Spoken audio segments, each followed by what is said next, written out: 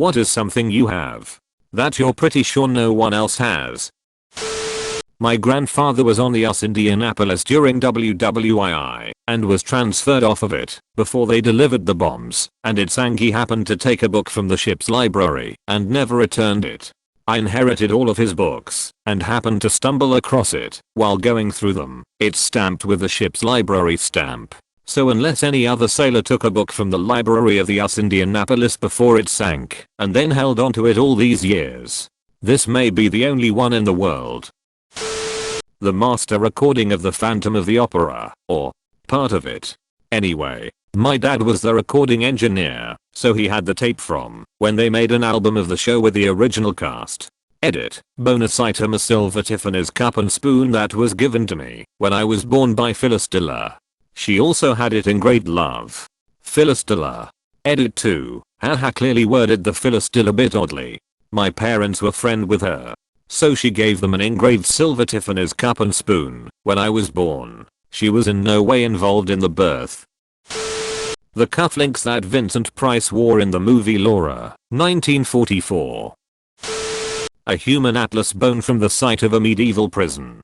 25 years ago my then BF was working as the lowest ranked barrow pusher on a building site.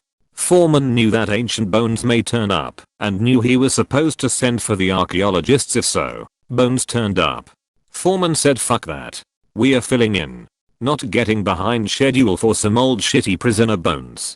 BF tried to say something, but would have been fired if he pushed it. He was pretty horrified, but couldn't lose his job. And crept back to take a bone after the site closed. In his mind it was a way of saying we'll remember you. Even if you're under concrete. We were only teenagers, so didn't really know what to do with it for the best. I have kept it in a box ever since. I know I should do something with it. I have tickets to some MLB playoff games that never happened. My grandmother worked for Ticketron back when that was a thing. She left behind a bunch of memorabilia. Some used tickets to events and such. Ticketron handled all the Mets affairs back then, too. So we would always get tickets to games. In all of the things left behind are 2 different bundles of 3 tickets each for the Mets 1985 playoff games. Only the Mets didn't make the playoffs in 1985. I'm unsure if it was a printing error for the 86 baseball year, or they were printed off in expectation of them making the playoffs. But either way, I have them. An oil lamp from ancient Rome which is about 2000 years old. It's in pretty good condition and would probably still work today. A key to unlock the B6 level on an elevator in the World Trade Center along with a matching Port Authority issued ID card. A Contra Northeast's cartridge autographed by Billy D. Williams. A signed copy of the Betamax version of The Last Unicorn. My grandfather was one of the lead engineers on the Oxcart/Blackbird project for Lockheed. He engineered the pressure lock system for the cabin for high altitude. I'm in possession of a miniature proof of concept he made for the lock. A first gen iPod prototype from 2001 with hand soldered components. A piece of a turbine from a crashed Airbus A300. My dad saved the very button that the King of Sweden pushed to engage a new production line in the factory he worked in. The factory was shut down a few years later, and Dad took the opportunity to bring the button with him on his last days of work. Edit. Haha. The king didn't work in the factory. It was as an opening ceremony for the production line. The wood industry is huge in Sweden, so it was a kinda big deal for the economy, and so on and so on. My grandfather's diary when he was lost at sea during WW2. Records deaths and a few comments about raging hunger. 6 weeks adrift. Edit. Here's the backstory. He was serving in the merchant navy on a ship in the South Atlantic. They got torpedoed by a U-boat and came under fire. His cousin took a shell to the chest, killing him instantly in front of him. They scrambled to the lifeboats and got into one. The ship went down. After all the commotion the U-boat resurfaced and the German captain spoke to them. The merchants were unarmed. He explained that they were at war and attempted to give the sailors bread and potatoes. Fearful that they were poisoned, the food was thrown overboard.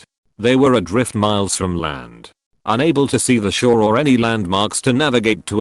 Over the coming weeks they collected rainwater and tried to fish as best they could, but they were starving. The entries in the diary are brief but concise. People were dying of their injuries and dehydration. After roughly 6 weeks they were spotted by another merchant ship and rescued.